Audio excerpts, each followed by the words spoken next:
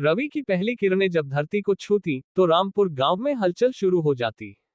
पक्षियों की चहचहाहट, गायों की रंभाहट और किसान के हल की आवाज से सुबह का आगाज होता। ये गांव प्राकृतिक सुंदरता और सादगी से भरा हुआ था, जहां हर कोई एक दूसरे का सम्मान करता था। गांव के बीचों बीच एक पुराना बरगद का पेड़ था, जिसके नीचे हर शाम बुजुर्गों की चौपाल लगती। बच्चे वहीं खेलते, महिलाएं पास के कुएं पर पानी भरने जाती और किसान खेतों की ओर निकलते।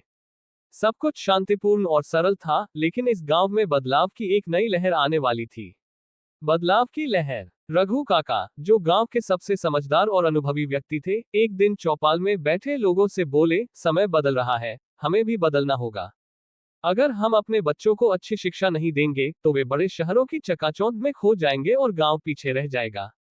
उनकी बातों ने गांव वालों को सोचने पर मजबूर कर दिया। कुछ ने सहमति जताई तो कुछ बोले, हमारे पास साधन नहीं है, स्कूल तो दूर की बात है। लेकिन रघु काका हार मानने वालों में से नहीं थे।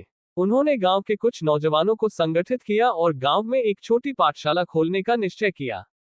गांव का उज्जवल भविष्य। धीरे धीरे गांव वालों ने चंदा इकट्ठा किया और गांव के मंदिर के पास एक छोटा सा स्कूल बना।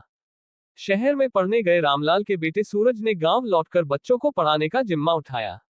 अब गांव के बच्चों को शिक्षा मिलने लगी और देखते ही देखते गांव की तस्वीर बदलने लगी।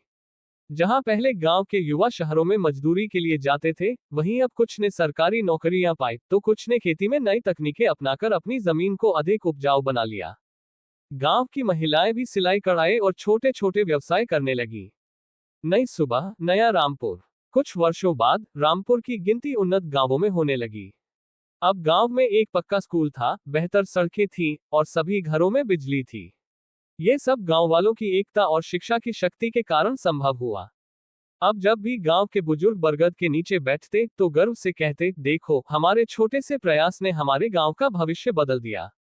और सच में, रामपुर अब केवल एक गांव नहीं, बल्कि एक प्रेरणा बन चुका था।